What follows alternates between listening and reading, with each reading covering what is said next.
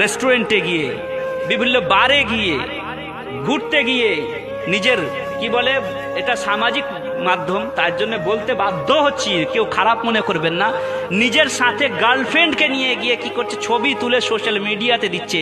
সেটাকে দেখে আমাদের মুসলমানদের কিছু নাবালক যুবকরা নিজের বউকে নিয়ে গিয়ে সেলফি তুলে ফেসবুকে, সোশ্যাল মিডিয়ার মাধ্যমে দিচ্ছে। শর্মে নবী, খৌফে খোদা, ইয়ে ভি নেই ও ভি নেই। আল্লাহ রব্বুল আলমিনের দরবারে যে কি মুখ দেখাবে, রাসূলের সামনে যে কি মুখ দেখাবে, এটারও ভয় নাই। আযাবের যে সম্মুখীন হতে হবে, এটারও ভয় নেই।